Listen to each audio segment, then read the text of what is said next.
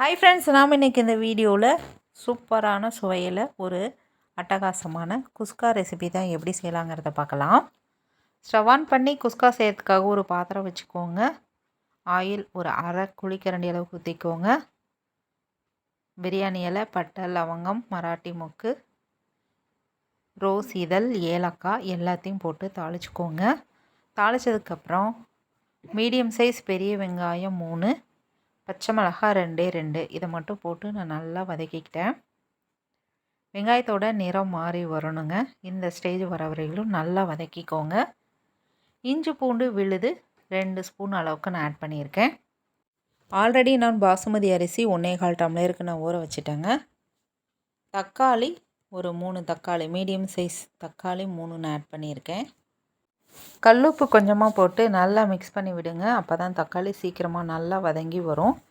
இந்த அளவுக்கு நல்லா மசிகிற அளவுக்கு தக்காளி வதக்கிக்கோங்க. தக்காளி நல்லா வதங்கினதுக்கப்புறம் நம்ம மசாலா பொருட்கள் தேவையான அளவுக்கு மிளகாத்தூள், கறி மசாலா 1 ஸ்பூன் அளவுக்கு நான் ஆட் பண்ணியிருக்கேன். மீடியம் ஃப்ளேமில் வச்சுட்டு இதை நல்லா கலந்து விட்டுருங்க. இப்போது ஒரு 2 ஸ்பூன் வர அளவுக்கு நம்ம தயிர் ஆட் பண்ணிக்கலாம். இதையும் நல்லா கலந்து விட்டுட்டு கொஞ்சமாக புதினா இலை ஆட் பண்ணிக்கோங்க. இப்போது சிம்மில் வச்சுட்டு ஒரு 2 நிமிஷத்துக்கு பிளேட் போட்டு மூடிடுங்க. மசாலாலாம் நல்லா மிங்கிளாகி நமக்கு வந்துடும். இப்போது மறுபடியும் ஒரு டைம் கலந்து விட்டுட்டு இப்போது நம்ம தண்ணி அளந்து வச்சுருக்கேன், அதை நம்ம ஆட் பண்ணிக்கலாம். 1.25 டம்ளர் அரிசிக்கு நான் 1.25 டம்ளர் அளவு மட்டும் நான் தண்ணி ஆட் பண்ணியிருக்கேன். ரொம்ப பழைய அரிசியாக இருந்துச்சுன்னா தண்ணி இன்னும் கொஞ்சம் கூடுதலாக பிடிக்கும்.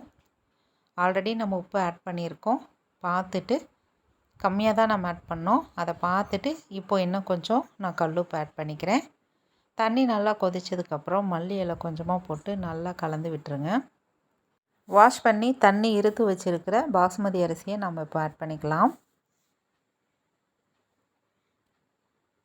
நம்ம சாதாரண சாதம் அரிசிலையும் நம்ம இதை செய்யலாங்க. டேஸ்ட்டு சூப்பராக இருக்கும். சீரக சம்பா அரிசிலையும் நம்ம செய்யலாம். இப்போது நான் ஃபுட் கலர் கொஞ்சமாக நான் ஆட் பண்ணியிருக்கேன். வேணான்னு நினைக்கிறவங்க அதை ஸ்கிப் பண்ணிடுங்க. இப்போது கலந்து விட்டுட்டு தண்ணியும் அரிசியும் ஈக்குவலாக வர அளவுக்கு வேகட்டுங்க. இப்போ பாருங்கள், இந்த ஸ்டேஜ் வந்துச்சுன்னா நமக்கு போதும். இப்போது நம்ம தம் போட்டுடலாம். ஃபுல்லாக சிம்மில் வச்சுட்டு ஒரு பிளேட் போட்டு மூடி ஒரு வெயிட் வச்சுருங்க. ஒரு 6 நிமிஷத்துக்கு மட்டும் இது அப்படியே இருக்கட்டும். 6 நிமிஷத்துக்கு அப்புறம் ஸ்டவ் ஆஃப் பண்ணிவிட்டு ஒரு 10 நிமிஷம் அப்படியே இருக்கட்டுங்க. அதுக்கப்புறம் இப்படி ஓப்பன் பண்ணி பார்த்தோம்னா கம கமன்னு சூப்பரான குஸ்கா சாதம் நமக்கு ரெடி ஆயிடுச்சு. நான் இப்போது இன்னும் கொஞ்சம் மல்லி இலை தூவிட்டு நெய் ஒரு 3 ஸ்பூன் வர அளவுக்கு நான் ஆட் பண்ணிவிட்டு இப்போது இதை கலந்து விட்டுறலாம். பாருங்கள் எவ்வளோ உதிரி உதிரியாக, பார்க்கவே சாதம் அவ்வளோ சூப்பராக இருக்குது. நல்லா மிக்ஸ் பண்ணதுக்கப்புறம் வேக வச்ச முட்டையை வச்சு சர்வ் பண்ணால் குஸ்கா ரெடி.